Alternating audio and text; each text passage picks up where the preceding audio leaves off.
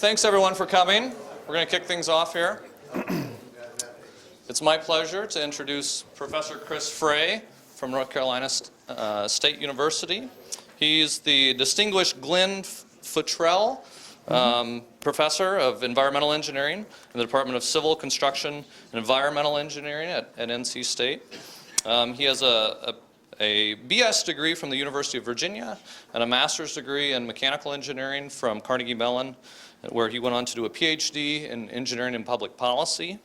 His research activities now are in measurement and modeling of real-world vehicle fuel use and emissions, and then also impacts of those emissions more widely, environmental risk analysis, quantification and sensitivity, uncertainty and variability in systems models.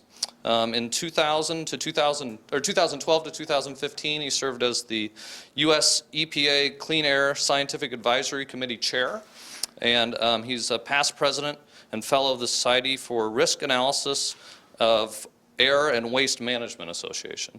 So with that, I'll pass it over to Chris, and we're excited for your talk. Thanks so much. Thank you.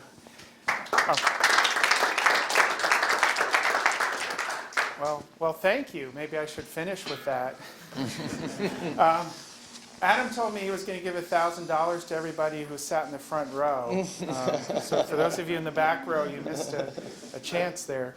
Good afternoon, and thank you to Adam and for hosting my visit. And I've enjoyed the chance to meet with students and faculty today here at Minnesota. There's a lot of impressive cutting-edge stuff going on here, so it's a very exciting opportunity for me. And I'm going to share a little bit of what I'm doing. I'm going to talk about measurement and modeling of real-world on-road vehicle activity and emissions. So I'm going to focus on highway vehicles for this presentation. I'll say a little bit about how emissions of these vehicles are typically modeled and why it's important to get real-world data. And then I'll talk about some work we've done on developing what we call link-based and microscale simulation models of vehicle emissions, and then share some conclusions from that. So a very brief history of U.S. vehicle emission factor models, and I'm not going to go back to the very beginning of time, but EPA, the U.S. Environmental Protection Agency, had developed a series of models known as MOBILE through MOBILE 6. The first generations of the MOBILE model were what we would call trip-based models, and they were based on basically one type of trip, which is the federal test procedure. And this has been a second-by-second speed versus time trace, which is known as a driving cycle or a driving schedule. And that test has long been the basis of the dynamometer tests that are used to certify that vehicles comply with the federal tailpipe emission standards. So in a sense, the MOBILE model was based on driving as if you were doing a compliance test, and that's not the way people drive in the real world.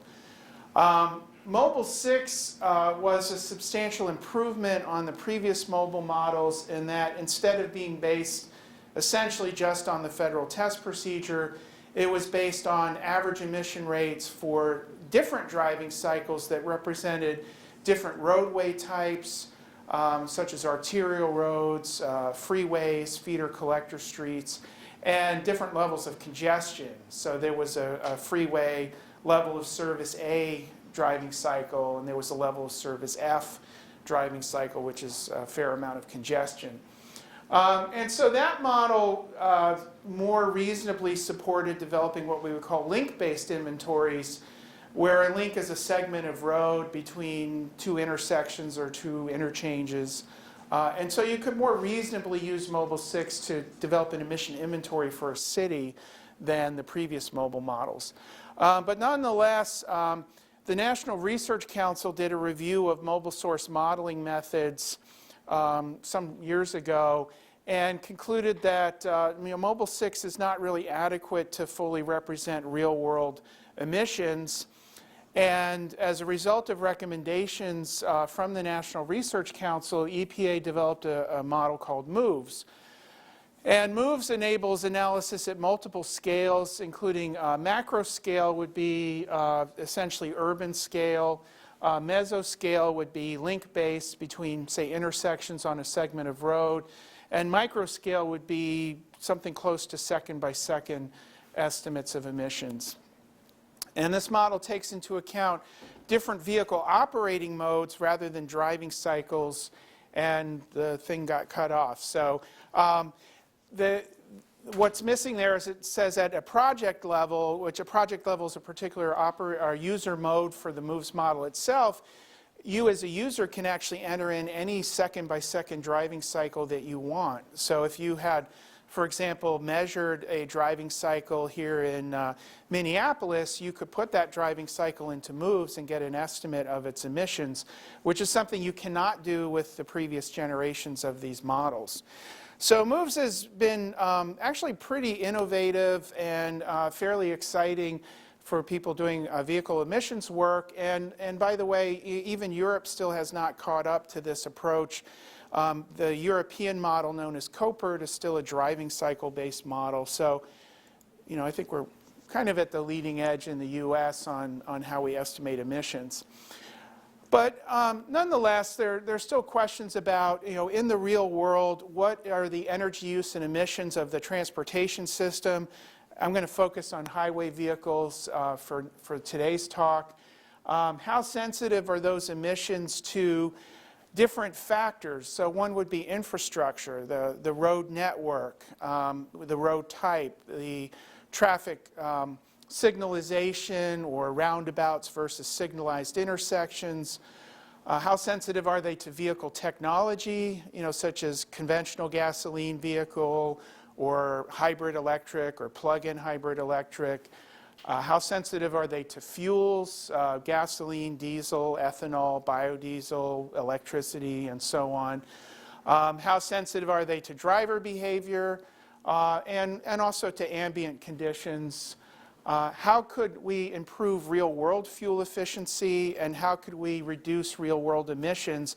Some of that could be done by changing infrastructure or changing signal timing and coordination. Some of it might be technology, some fuel, and so on. We probably can't control ambient conditions too much, but we might be able to account for that.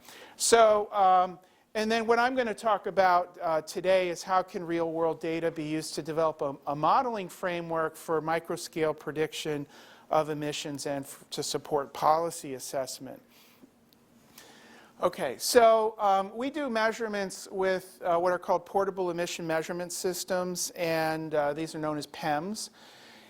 And we use different instruments to get different types of data that we can use to make various inferences. So vehicle location, of course, we can record using a global position system receiver.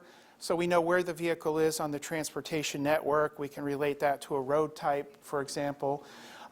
We infer road grade, or the horizontal slope of the road, based on altimeter data coupled with the GPS data. And this becomes important if the vehicle's climbing a hill or descending a hill, and we want to predict how that affects engine load so that we can relate that to fuel use and emissions. Vehicle technology and fuels are about the choice of vehicle that we're going to measure. Driver behavior is in part who's driving the vehicle, in part it's constrained by traffic conditions and by road design and the infrastructure that the vehicle's operating in. Ambient conditions we could observe, things like temperature, humidity, and barometric pressure. And then we measure fuel use and emissions using, depending on the instrumentation, a variety of techniques. So one of the instruments that we often use is it's called the Axion system. It was made by a company called Clean Air Technologies International. It's about the size of a carry-on suitcase. And in fact, we have taken this instrument. I was mentioning to Adam, we did a study in London maybe 10 years ago where we just checked it as a carry-on bag on the flight to London. We've taken it to Canada. We've taken it to various places in the US. So it's a very portable instrument, and that's the nice thing about it. It measures nitric oxide and oxygen using electrochemical sensors, and it measures hydrocarbon, carbon monoxide, and CO2 using non-dispersive infrared. And it detects PM using a laser light scattering detector like a TSI dust track. Essentially, it has the TSI dust track, kind of a special order version of that inside. And there are other portable emission measurement systems, and they use a variety of different detection methods. So the advantage of this particular one is its size and weight is pretty small, so it's very easy to install compared to some of the others that are much bulkier, much heavier, have much higher power demand. Anyway, so I can talk more about different instruments if there are questions. And I mentioned about, we use a GPS, and we also can collect data on the weather. So when we instrument the vehicle, the PEMS itself usually sits in the back seat if it's a car. And we connect an exhaust sample line into the tailpipe and route the sample through the back window into the PEMS. And then we route the exhaust that goes through the PEMS back through one of these tubes out of the vehicle, so we're not filling the cabin of the car with vehicle exhaust. We have a tube here that is for bringing in outside air. Periodically, the NDIR gas analyzer uses outside air to reset the zero value to prevent drift. The idea is that the concentration of the hydrocarbon in the ambient air is much less than in the tailpipe, and so we use that as a zero reference. We could potentially use a cylinder of zero air. That gets to be a little expensive to use. So in practice, we just take outside air. This is a device that just measures temperature, humidity, and pressure.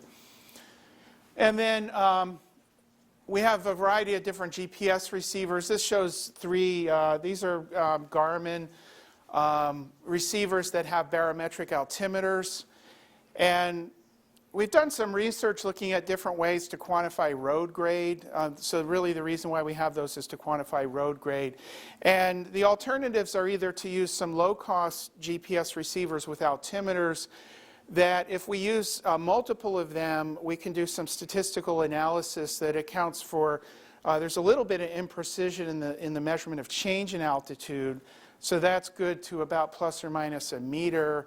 But if we have multiple receivers, we can compensate for that imprecision in estimating an average change in elevation. And they are fairly accurate. They're just imprecise. The other thing we could use is a differential GPS, and we've done some of that. Those GPS receivers are generally much more expensive. We've also used LiDAR data. We've also used design drawings for roads, and we have a couple papers that compare those. But anyway, this is a method that is fairly robust. The differential GPS is more precise, but actually it's more sensitive to signal loss than these lower cost consumer systems used in a group. Another data source we get is data from the electronic control unit of the vehicle through the onboard diagnostic interface, or the OBD interface. And if you have a car, if you look under the dashboard of your car, you'll find a D-shaped connector. It should be very close to the steering column. Very often it's located to the left of the steering column, somewhere near the left side of the driver seat under the dashboard. And so we just connect to that, and that will communicate a variety of parameters. And this also brings up another related topic I'm not going to talk a lot about, but there's also the notion of doing portable activity measurements or PAMS measurements. And that's as simple as having an OBD scan tool and a GPS receiver, so you know data from the engine, such as vehicle speed, engine RPM, intake air temperature, manifold absolute pressure. Some vehicles will report a mass airflow rate, a mass fuel flow rate. And you can go even into, rather than just use the OBD interface, there's also something called the CAN bus, If you happen to know the proprietary identifiers of variables in the electronic control unit, you can get other data. That's a little bit more complicated to work with, but there are some groups that are developing small devices that you can plug into the OBD interface and track data for your own vehicle. For example, we work with a group in Portugal that's developed something called Intelligence to Drive, or I2D, that is a device, not much bigger than this mouse, that you plug into the OBD, and it will transmit data via cell phone to a central server, and you can track all of your second-by-second driving. It will give you estimates of your fuel use and CO2 emissions, and you can benchmark with other drivers. That kind of system could be used by a fleet to manage energy use and emissions for a fleet, for example. So there's some data that can be collected at much less cost than if you're measuring exhaust emissions where you need additional sensors. Okay. So there's some references here. If you're interested, I can provide this for you. But so the things I've talked about, there's various journal papers that support that. Okay, so measurements that we've been doing over the last 8 to 10 years include, we've done measurements on about 125 light-duty vehicles, including cars and trucks, meaning things like sport utility vehicles, pickup trucks, minivans. And that's what I'm mainly going to talk about today. We've also done measurements on a number of heavy-duty trucks, construction vehicles, things like bulldozers and motor graders, as well as railroad locomotives. And I'm not going to talk so much about the non-road stuff today. And so why do we do this kind of measurement? And over the course of many different studies, these are some of the issues that were the objective of the study, like to look at the effectiveness of an emission standard. Our vehicles in the real world have certified to a newer standard, having lower emissions in the real world than vehicles subject to older previous standard. What's the effectiveness of emission controls? What are trends over time across model years or between vehicle types? How do hybrids compare to conventional vehicles? How do gasoline and diesel compare? How does ethanol compare to gasoline? How does biodiesel compare to diesel? What's the effect of cold starts? Are emissions different on different road types? How does congestion affect emissions? Where are there emission hotspots on the road network? What's the effect of road grade on emissions? What about roundabouts versus signalized intersections? Signal timing and coordination, idle reduction, driver behavior, alternative routes, and so on. So there are lots of different questions that can be answered if you can collect in-use data.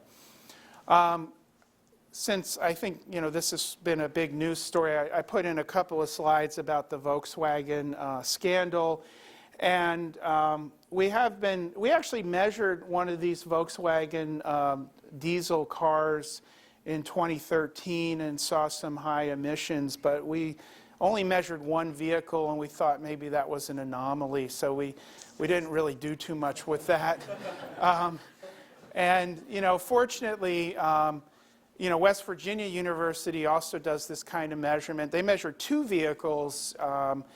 And in 2014, did a report for a sponsor that's ICCT. And so with two vehicles, there was a little bit less of an anomaly, a little bit more of a possibility this was a systematic issue.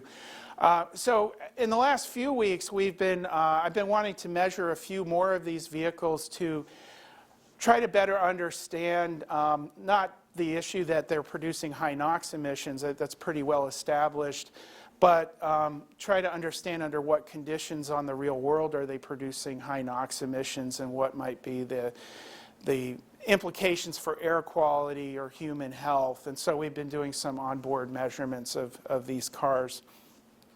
The Associated Press did a story.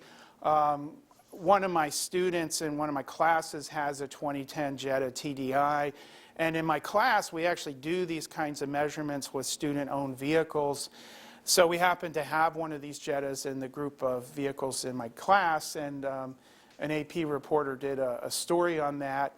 I think in the interest of time, I probably won't play the whole story, but this is on YouTube, and there's a link for that if you're interested. Okay, so in terms of the measurements and all these different study objectives, there's a long list of papers where we've done, I won't go through the papers, but just to point out, if you're interested in more details, there's a lot. And actually, you haven't updated this there's some more papers that just came out. Okay, so we go out and do measurements. So when we do measurements, there's different ways we can look at the data. We can sort of take a purely empirical view of things and look at what did we measure in the field on a second-by-second basis, and how did that change for whatever it is we're comparing. So for example, when we looked at the effect of signal timing on a corridor that has 4 different intersections, and we measured that corridor before and after the state DOT changed the signal timing plan. So we can just simply compare, add up all the second-by-second data before the change and look at its average rate, do the same thing after and look at the percent difference, right? So that's a sort of very empirical comparison. Or we could develop some models and do some additional analyses. So one way that we model the in-use data is to try to relate it to an estimate of what's the power demand on the engine. And a very popular indicator of power demand is vehicle-specific power. And this concept's been around for a long time. There was a student at MIT who, in his PhD dissertation, showed how this applied with data measured using a different technique called remote sensing. But it's been widely adopted to help interpret PEMS data as well. And this equation basically has 4 terms to it. And without going into all the nitty-gritty, but just the speed times acceleration term here represents the change in kinetic energy of the vehicle. Speed times acceleration of gravity and road grade represents the change in potential energy as a vehicle goes up or down a hill. Speed times a rotational resistance, a rolling resistance coefficient represents rolling resistance losses. And then there's a term here representing aerodynamic drag that's proportional to speed to the cubed. So we can account for these 4 different factors that affect engine load. And there's been a fair amount of research to show that this actually gives you a very good prediction of fuel use, which if it's predicting engine load, you would hope it is good at predicting fuel use, and it is. So this is a very nice way to develop a model for an individual vehicle based on second-by-second measurements. In 2002, EPA was at that time trying to figure out how to develop its next generation model after Mobile 6. And they kind of wanted to consider all the possible alternatives. So they had what was called a shootout. And in the shootout, they basically offered a competition. They said, we'll take proposals from different research groups around the country. We'll give them second-by-second data. And we'll let each research group propose how to use that data, how to model that data for whatever's going to come after Mobile 6.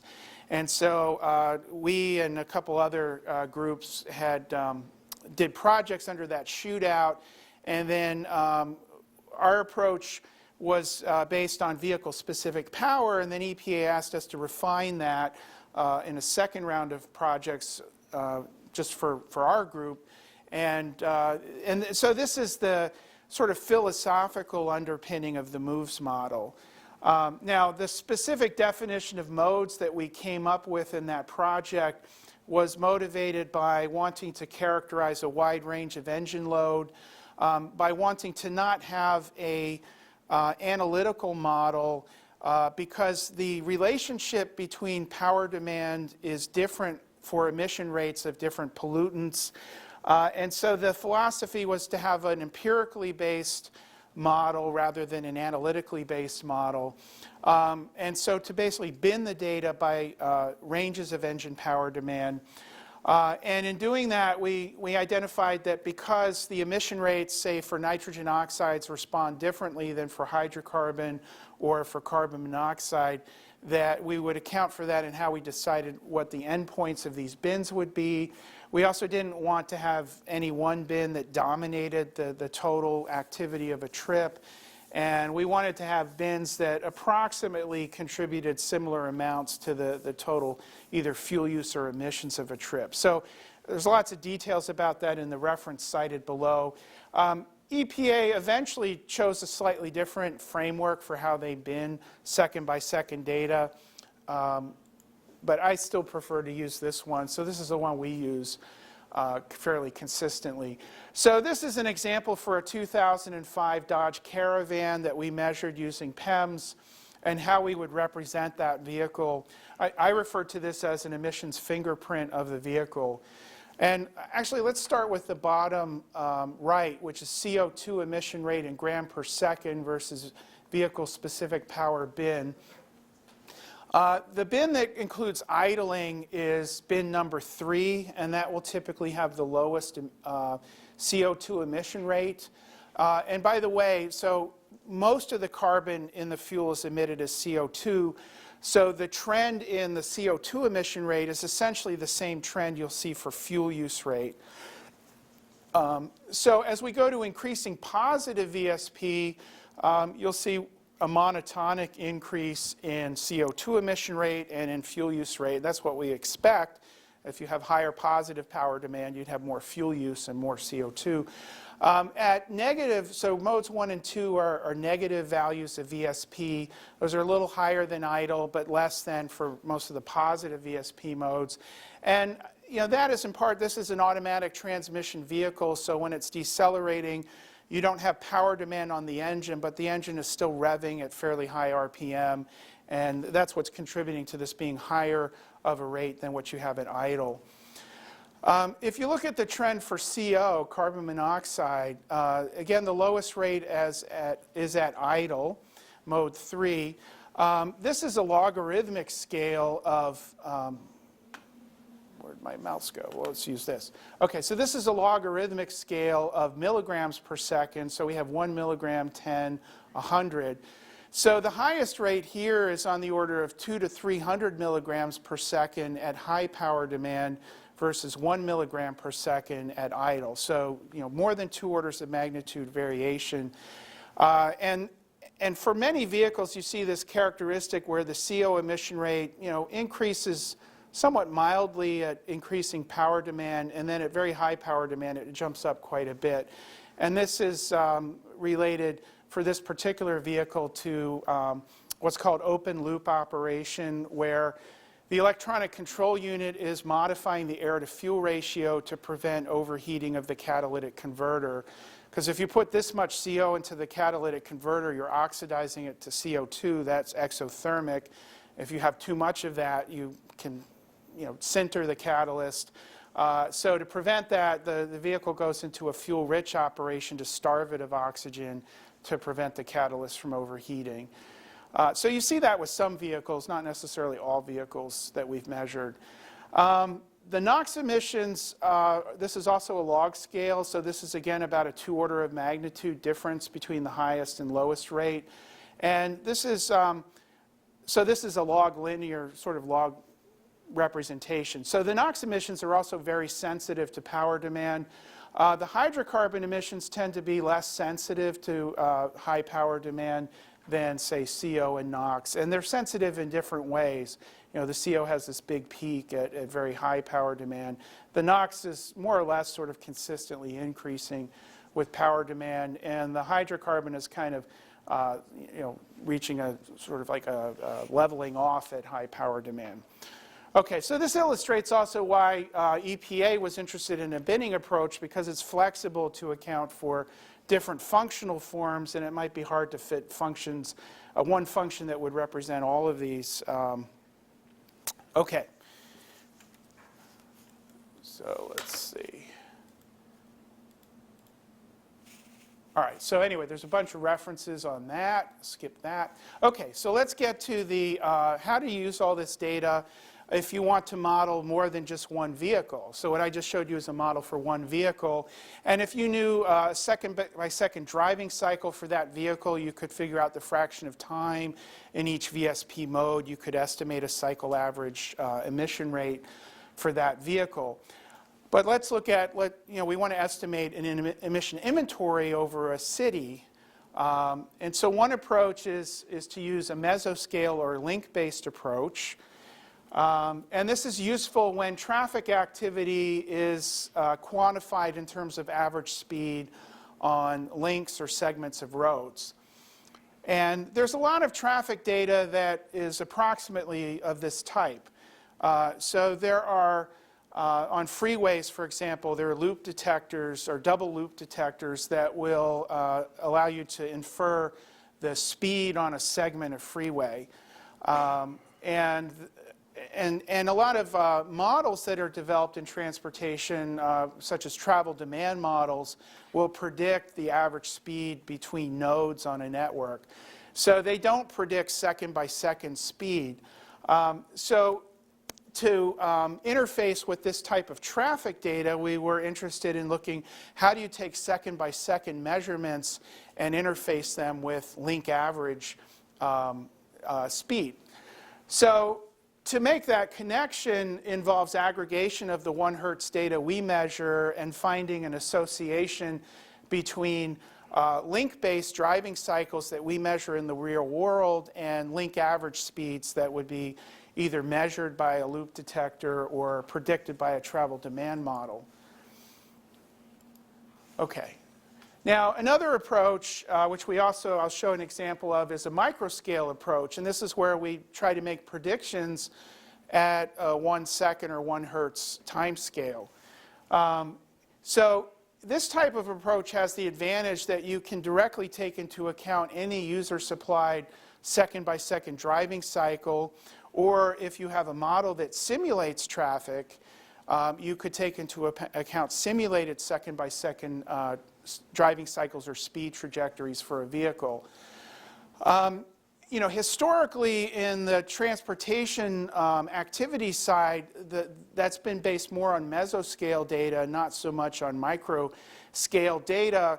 But with the development of portable activity measurement systems and also models, it's now more feasible to get second-by-second data on real-world trajectories for a wide variety of vehicles. So that's motivating more interest in being able to predict emissions for any arbitrary driving cycle. And some of the advantages of a microscale approach is that you could look at where are there local emission hotspots on a transportation network, and what are the effects of specific transportation projects on emissions in a local area. What's the effect of improved incident management? What's the effect of different roadway pricing schemes, et cetera, et cetera. So there are a lot of things that could be looked at with this kind of capability. All right, so I'll give 2 examples. The first one will be mesoscale, the second is microscale. So the objectives of this mesoscale model are to estimate link-based emissions for an urban area, and in specific we did this for 2 locations. One is Charlotte, North Carolina, which is the largest city in North Carolina. It has about 700,000 people in the city itself. And then we also did an estimate for the Research Triangle Park region, which has about 2 million people. So we were looking at comparing vehicle fuels and technologies operating on these networks. We also wanted to assess the effect of travel demand on emissions, the effect of land use changes on emissions. That was more for the Charlotte case study than the Raleigh case study. And to do this, given the availability of traffic data on a link basis, we chose to do a mesoscale type of model. Okay, so our measurements are essentially microscale. We measure second-by-second trajectories. And the way we decided to approach this was we measured in our test routes, we chose routes that have lots of different road types. So we can stratify the data by road type. For example, for primary arterials, these are 4-lane roads with traffic signals maybe every half mile, fairly major local roads. We did this for minor arterials, for freeways, for local collector streets, and for ramps. So for each of these road types, we have samples of second-by-second trajectories between intersections or between interchanges where we can quantify, for example, if you're driving on a primary arterial with an average speed between 30 to 40 kilometers per hour, well, we have multiple runs from our real-world data under those conditions. And if we look at this, in some ways they look different, but in some ways they look kind of similar. That you have periods of sustained speed. You have some trajectories where there's no stopping, some where there is a stop. This is showing speed versus distance on a particular segment of road. So some of the stops occurred right at the traffic light. Some of them were in a queue of cars, so they were some distance before the traffic light. And some with no stops tended to have higher speeds, and so on. But if you bin this in terms of the vehicle-specific power modes, although there's some variability here, we also see, well, actually there's a lot of time at zero power demand for all of these trajectories. That's the most frequent response among the VSP bins. And then you have sort of diminishing frequency of positive VSP. And there's a lot of activity in VSP mode 1, a little bit less in mode 2. Most of it's in mode 3. And again, there's a lot of variability there, but the pattern is fairly similar across these trajectories. And then what we can do is, using a VSP model of fuel use rate or emission rate for either a single vehicle or a group of vehicles, we can take this proportion of time in each VSP mode and estimate a cycle average rate for each of these speed trajectories. So when we do that for these, again, these are principal arterials. Here we do this for CO2, and we find this is in gram per second versus different ranges of speed in kilometers per hour. That, not surprisingly, the CO2 emission rate on a mass per time basis increases with average speed on that segment of arterial. But the way, and for CO it increases, but it's a little different pattern. It increases quite a lot from low speed to moderate speed, and then it kind of levels off at higher speeds. For NOx, it's a kind of continuous monotonic trend with a lot of differences in emissions. For hydrocarbon, it's a little bit less sensitive. And so we basically are using a library of trajectories in the real world to take second-by-second data and convert this to link average emission rates. And I'm showing just the example for principal arterials, but we did similar analyses for other road types. So we would look for where on our network of measurements, do we have an arterial, do we have a local road, a freeway, an on-ramp, an off-ramp, and so we analyzed those segments of data separately. Okay, so we developed then essentially a mesoscale model of emission rates. This is just showing for nitrogen oxides how the emission rates vary with different ranges of average speed. And some of this is limited by the speeds that we observed on our study routes. So we observed on local roads from about 20 to 50 kilometers per hour. And as you go across these speed bins, there's an increase in mass per time NOx emission rate. On the arterials, we actually saw a wider range of speed from as low as 10 to about 60 kilometers per hour, so we have more bins here. On the freeway, we found, at least for our observation, we either had congested operation at about 50 to 60 kilometers per hour or free flow operation at about 90 to 100 kilometers per hour. So we didn't have enough trajectories to really fill in other, at that time. We probably do now. And then we have off-ramp and on-ramp, which coincidentally were in the same speed range, but you see a lot of difference in emissions. Of course, because the on-ramp involves a lot of acceleration, the off-ramp involves deceleration. So even though the average speed is the same, the engine load is very different for those two. Okay, so that is sort of a basic building block. This is for CO2, so I won't go through the explanation, but we did this for each pollutant. And we did this for a variety of different vehicle types.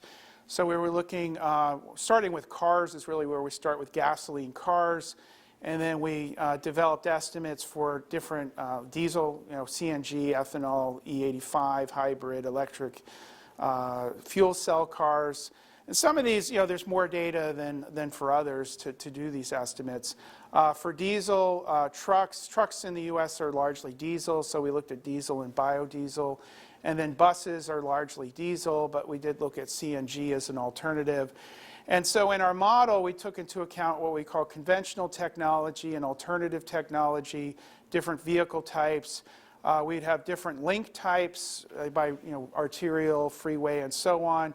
We would combine the link activity data with the vehicle class and the link speed to come up with link-based emission factors.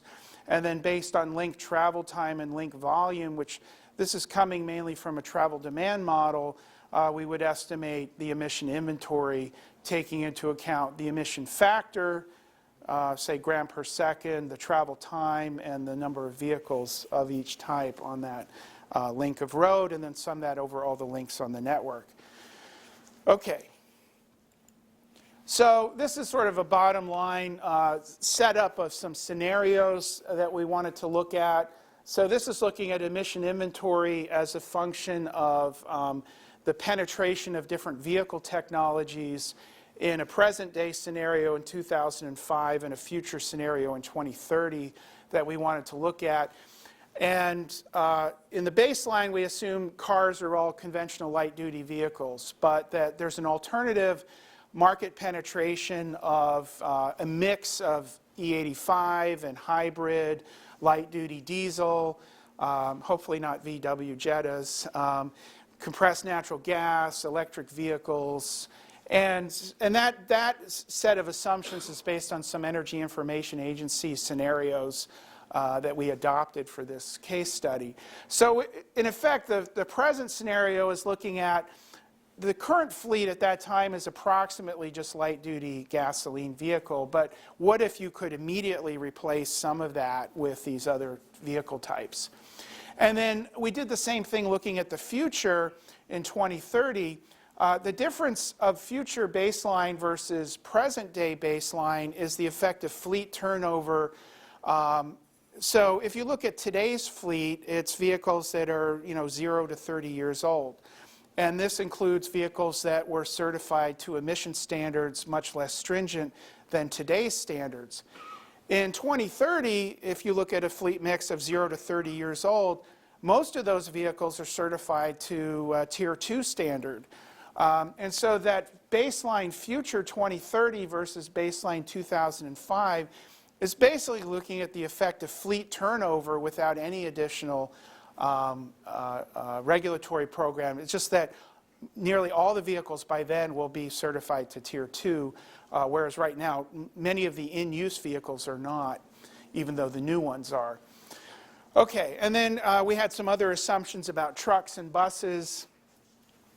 And in addition, we looked at two different activity scenarios. One is vehicle miles traveled, which is VMT. We assumed in the future there's no growth in VMT. Well, that's probably not realistic, but it's a baseline to compare with. And then we assumed, what if in our region VMT grows by 33%? And there's some basis for that estimate based on population forecasts and economic forecasts for our region in the Raleigh, Durham, Chapel Hill area.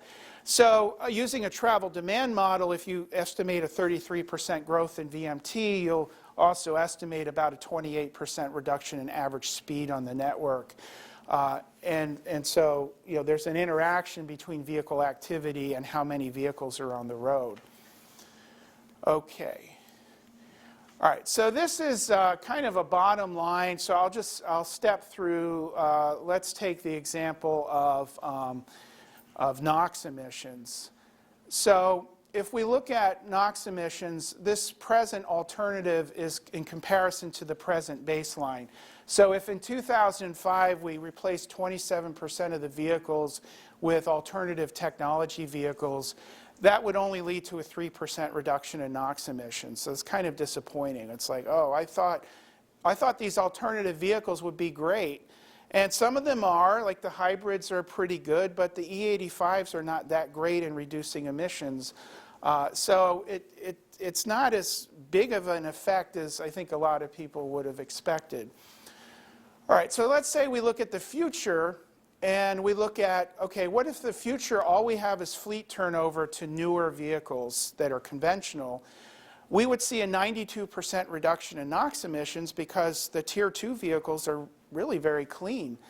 Okay, so what if compared to just having Tier 2 conventional vehicles in the future, we have 27% of them are alternative, and there's really not hardly any change there. I mean, there's a little change in the decimal place that I'm not showing you there, but so it's not really that big of a benefit.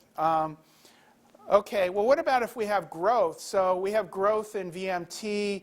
That's going to offset some of the benefit of having more Tier 2 vehicles. So the emission reduction is going to go down to only 87%. But if we put in some of these alternative vehicles, well, we bump that up to a whopping 88%. So really not that much incremental benefit. Now, obviously, there are a lot of assumptions that go into an assessment like this, and there can be a lot of sensitivities. But this is sort of kind of a bottom line result is that unless you go for really, really aggressive penetration of alternative technologies, and if you pick the right ones, then you might influence these numbers more than what we found here. The story is sort of qualitatively similar for hydrocarbon and CO. The numbers are a little different. What is particularly challenging is for CO2, that if you have any growth in VMT, that kind of swamps out some of the other factors we looked at. Now, what we didn't consider in this analysis is subsequently, this was done a few years ago, EPA and the U.S. Department of Transportation have developed a new fleet average fuel economy standard, which is aimed at reducing CO2 emissions. And so that may actually help bring these increases in CO2 down quite a bit, but it's not that clear that it will bring it down to a negative increase or to a net decrease.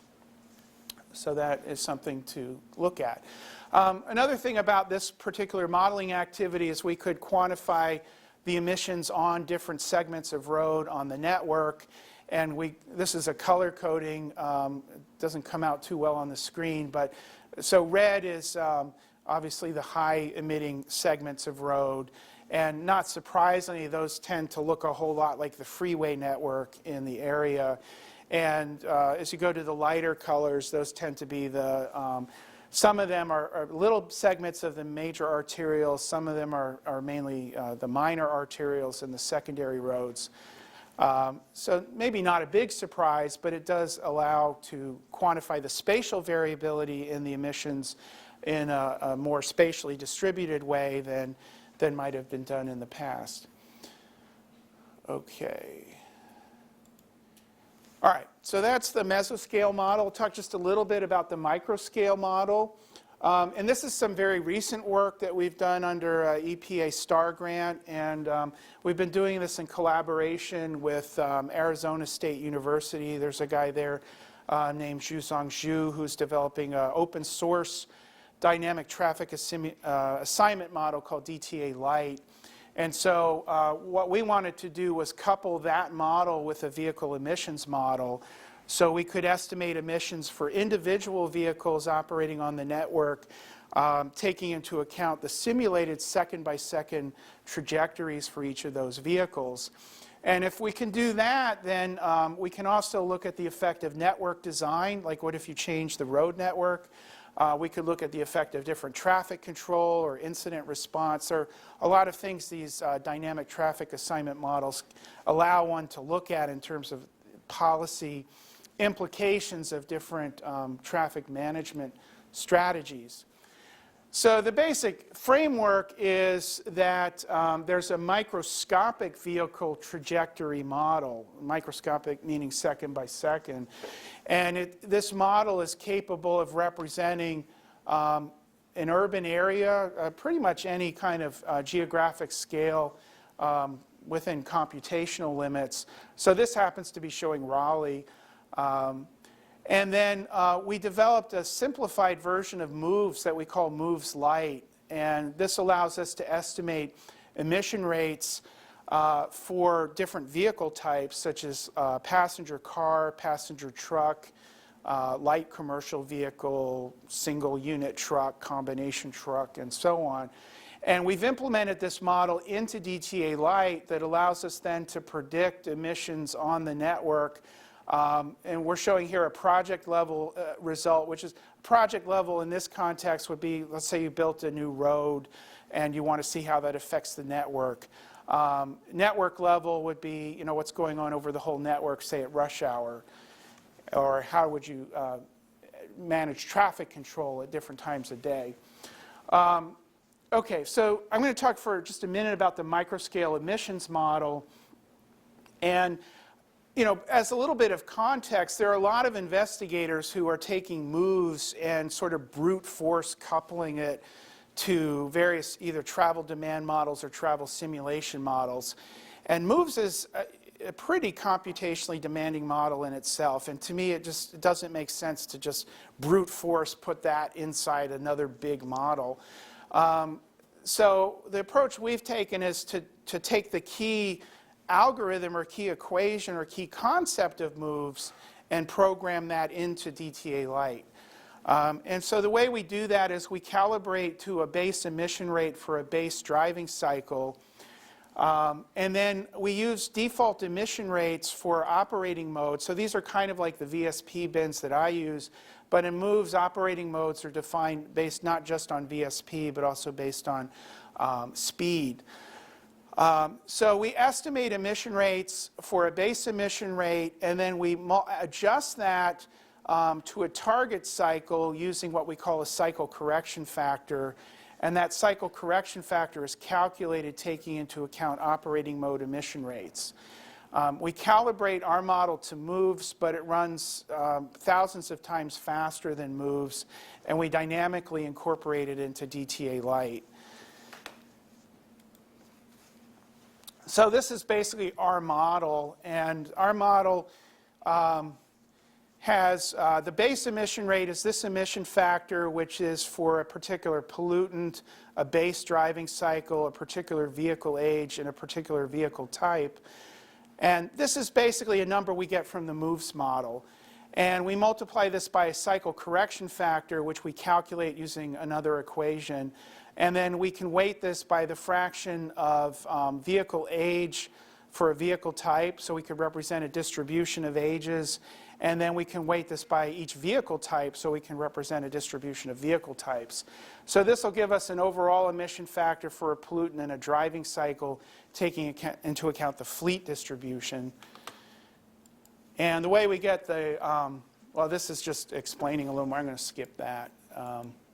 Okay, so then the other key part is this so-called cycle correction factor. What we do here is MOVES has these operating modes M. There's 23 of them. For each operating mode, there's a default emission rate for a particular pollutant, age, vehicle, and operating mode. And what we do is we calculate for a user-specified cycle C the weighted sum based on the fraction of time spent in each of these modes and the emission rate for each mode. This is essentially the cycle average rate for any cycle. And then we do the same calculation for the base cycle. So this is essentially the ratio of mass per time emissions on a user cycle versus the base cycle. And then we multiply by the inverse of the cycle average speeds to convert this to a gram per mile basis. So the key input data are these op mode rates. This comes directly out of the input data for MOVES. And then this variable is simulated by the traffic demand model or the traffic simulation model. So this comes from the model, as does the speed of that cycle. and then the base cycle time distribution and the base cycle speed as the default input to our model. So we're basically correcting a default base emission rate to any user-specified cycle. So we happen to pick the federal test procedure as our base cycle. It really doesn't matter what cycle we pick. And then we input fleet and ambient data. I didn't show, but we also do corrections for temperature and humidity. And we can input any driving cycle, and we can get cycle average emission rates. So now you may wonder, why is that faster than MOVES? MOVES has a whole lot of other calculations it does related to things like inspection maintenance programs that are really not necessary if you're simulating a few hours of travel on a network. The inspection and maintenance program is a constant for that purpose. So these are the op mode bin definitions and moves, and if you see at the top, there's 3 speed ranges, and within each speed range there's bins for vehicle specific power. So it's structured a little differently than the scheme I showed earlier, but for purposes of estimating cycle average rates, it's kind of a similar approach. Okay, and these are what the op mode bin rates look like. This is for carbon dioxide. EPA has a braking mode. Let me use this. A braking mode, an idle mode, and so the blue is CO2. This is low speed with increasing power demand. This is moderate speed with increasing power demand, and this is high speed with increasing power demand. And then there's results also shown there for NOx. Okay, so that's what we're using as input data to our simplified model. So let's say we simulated a speed versus time trajectory. We can calculate from that vehicle-specific power, which is shown in red. So this is the vehicle-specific power time trace for this speed trace. We can then estimate the amount of time in each op mode bin. And so for a given cycle average speed, we can calculate a cycle average rate. What this graph is showing is the speed correction factor.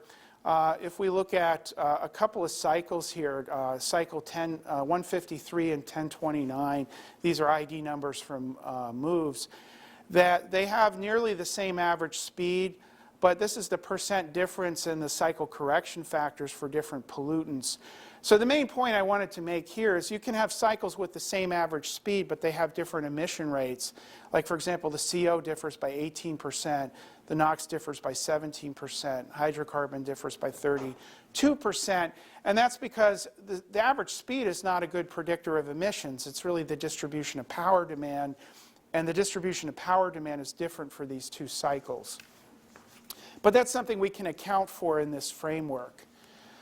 So we've applied this to a case study network. This one is for, again, the Research Triangle area, and I won't go through too many details, just in the interest of time. So this is something we're continuing to develop and looking for other model applications, and we want to expand it to be a little more rigorous with heavy-duty vehicles and eventually with transit vehicles. And actually, this what I just described is kind of the basis of a large project that we'll be doing in collaboration with the University of Maryland to look at energy use and emissions for the Baltimore and DC areas under a DOE grant that's just starting up. Okay, so there are lots of other things we're doing and not reported here. Like, I haven't talked anything about Onroad, and I could talk at length about that, but I won't. So one thing that I've really enjoyed about this work is that over time we've been accumulating more data, and a lot of this data comes from individual projects where we measure 5 vehicles here or 10 there, but now we have 120 plus vehicles. That starts to be an interesting data set, and it starts to let us answer other policy relevant questions. So for example, we're doing a study on how does real world fuel economy compare to rated fuel economy? How do real world emissions compare to certified emissions or to the emission standards? But we can also use that to develop models, as I've described here, that then in turn can be used to answer lots of policy questions. So we're exploring VSP-based approaches to microscale modeling of traffic. We're looking at a computationally efficient modeling approach, and trying to couple that both with model data, but we could also couple it with empirical data. So, it's not that impossible that, we might be able to just get second-by-second speed data from every vehicle on the network in a few years, or, some number of years. That might be routine data that's readily available. And I think some of you are working on research where you're collecting this kind of data. So if you had that kind of data, if you wanted to know the emissions, you could use a model like what I've described to estimate that. So a lot of people are involved in this work, and a lot of different sponsors across many different projects. And I think with that, if there is any time, I'm happy to take some questions.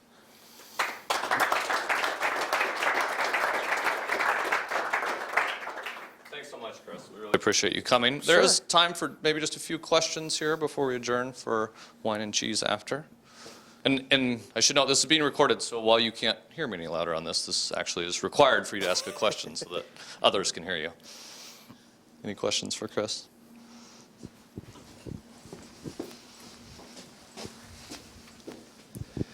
I'm just curious how it is that Volkswagen could imagine, they must know people like you are doing this kind of work. How could they imagine they weren't going to get caught? I don't know. I agree with the premise of your question, and beyond just the self-evident absurdity of what they did, thinking they wouldn't get caught. I mean, there's me, there's West Virginia, there's UC Riverside, there's a long list of people, and not just universities, but government agencies and companies that do PEMS work, and of course not just in the U.S., but in Europe and China. I'm going to Korea in a few weeks. I asked them about, is this an issue for you guys? Like, yeah. So yeah, I don't know. But the other thing that just in my personal opinion, that I find mind-boggling about it is, essentially the same thing happened more than a decade ago with the truck industry in the U.S., where they programmed the electronic control unit to defeat the emission controls for NOx. And this was discovered based on in-use testing, and eventually they settled that case as a consent decree. The trucking companies did get fined, and there's now a new, as of 2005, a standard that requires in-use measurement of trucks under what's called the not to exceed regulation. And so maybe there will be some movement toward in-use testing for light-duty vehicles as a result of this. And I think others here are pretty well versed in this topic. So I don't know, David, if you want to add anything to that, or.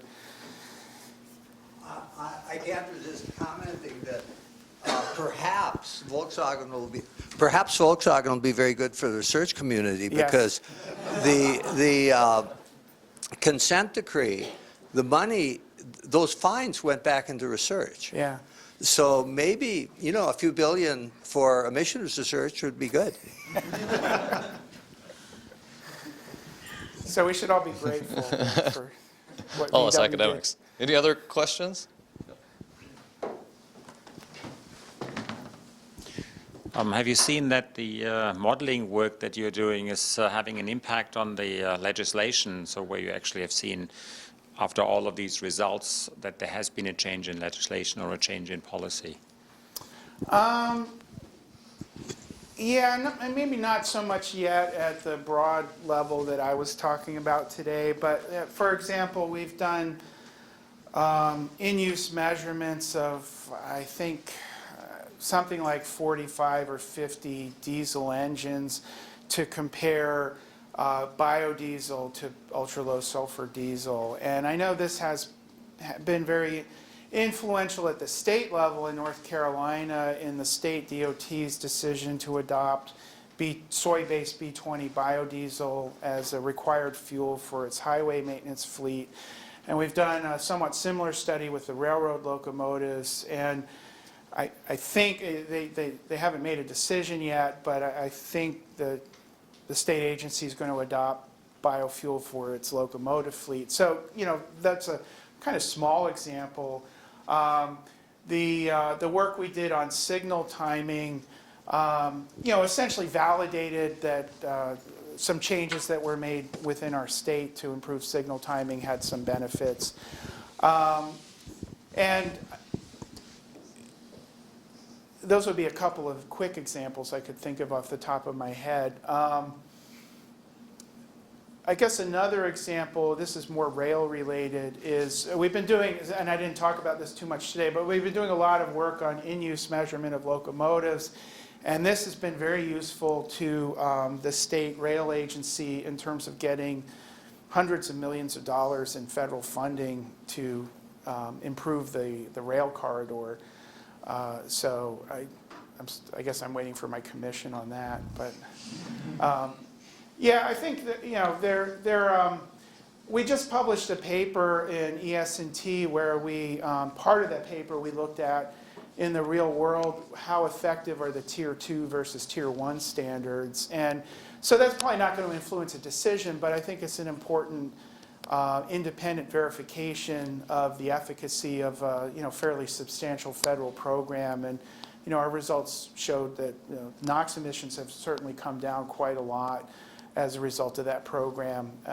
We also have, in that same paper, we're looking at independent ways of checking EPA's MOVES model, so we could, you know, provide some confidence building that that model is appropriate to represent real world emissions. So, you know, some of it is, yeah, influencing decisions, some of it may be more building confidence in either the efficacy of a program or the utility of a widely used model. So those are a few examples.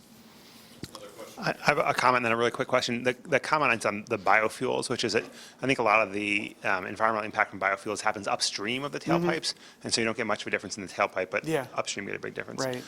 So you showed us that when you had the bins, that depending on which pollutant you're talking about, the emissions are orders of magnitude higher for the top bin of vehicle-specific power than for the other ones. So I'm assuming that well, this is a question, does that bin then dominate the total emissions? Okay, so not necessarily. It really depends on the driving cycle. We have done some, there's another paper that we've submitted where we've done some, for example, we've done some comparisons of driving cycles in our area versus in Europe. And, you know, my hypothesis is European drivers are more aggressive than US drivers.